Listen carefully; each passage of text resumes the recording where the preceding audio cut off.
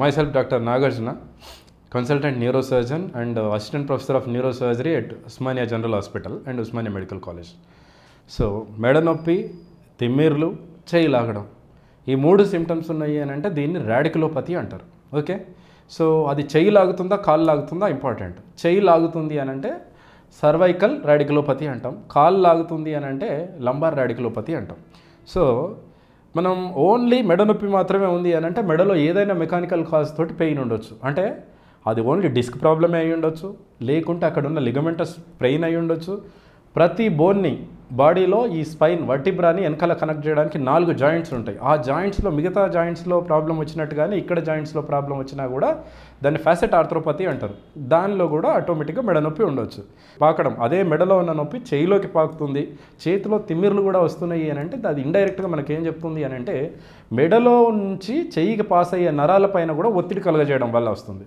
So 100లో 90 మంది పేషెంట్లు మనకి ఇక్కడున్న డిస్క్ భాగం అనేది జారి ఇక్కడున్న నరం పైన ఒత్తిడి కలగజేయడం వల్ల కానీ లేకపోతే ఇరిటేషన్ వల్ల కానీ, ఒక్కోసారి డిస్క్ జారి నరం పైన పూర్తిగా క్రష్ చేయకపోవచ్చు, కానీ డిస్క్ అనేది ఎప్పుడైనా కూడా మన బాడీలో ఒక ఫారెన్ ఆబ్జెక్ట్ లాగా ఉంటుంది. అంటే అది మన బాడీకి సంబంధించిన మెటీరియల్ లాగా మన బాడీ డిటెక్ట్ చేయదు.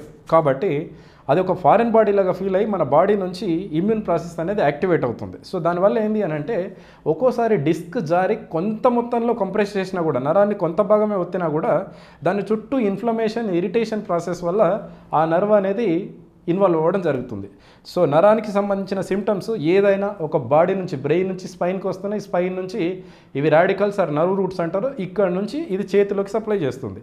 సో ఇది కింద నుంచి మన చేతిలో ఉన్న స్పర్శను, నొప్పిని పైనకి తీసుకెళ్ళి బ్రెయిన్కి తీసుకెళ్ళడం, అండ్ బ్రెయిన్లోంచి వచ్చే మసిల్ పవర్కి సంబంధించిన నరాల్ని, అంటే మన చెయ్యి ఎట్లా మూవ్ అవ్వాలి, ఎంత పవర్తో మూవ్ అవ్వాలి అనేది, అంటే 2 రకాల, ఒకటి sensory and 2 motor nerve fibres అనేవి దీనిలో క్యారీ అవుతాయి.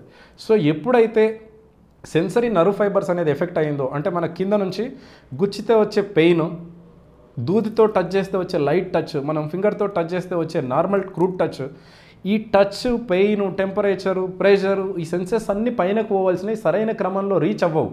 ఎందుకు అని అంటే ఇక్కడ ఉన్న నర్వ్ అనేది ఇన్ఫ్లమేషన్తో కానీ కంప్రెషన్తో కానీ ఎఫెక్ట్ అయినప్పుడు. సో డెఫినెట్గా ఇవన్నీ ఆల్టర్ అయినప్పుడు ఆటోమేటిక్గా మనకి తిమ్మిరి వచ్చినట్టు కానీ, సూదులతోటి పొడుస్తున్నట్టు కానీ, తిమ్మిరిగా, లేకపోతే మనం పిన్నుతో గుచ్చినా కూడా ఏదో మందంగా స్పర్శ తెలుస్తున్నట్టు అంత మాత్రమే అనిపిస్తుంది. సో ఇవన్నీ ఏంటి అని అంటే అక్కడ ఉన్న నర్వ్ రూట్ ఎఫెక్ట్ అవ్వడం వల్ల వచ్చే ఇబ్బందులు. దీన్నే రాడికులోపతి అంటారు.